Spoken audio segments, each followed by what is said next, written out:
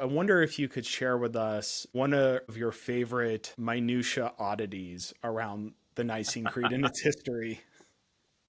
I mentioned Gregory of Nazianzus before, the famous poet who and orator who got peer pressured into becoming a priest and a bishop. And I love his story. You know, he gets back from studying in Athens, which was sort of the equivalent of like an Ivy League college education in Hmm. those days. And he goes back to his aristocratic family and embarks on a life of living out back in his parents' shed and praying and writing poetry.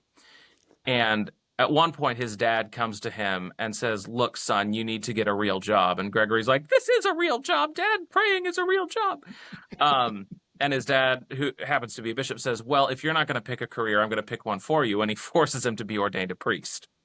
Um, and then Gregory responds by running away to live with a bunch of monks. You know, you can make me a priest, but you can't make me go to church.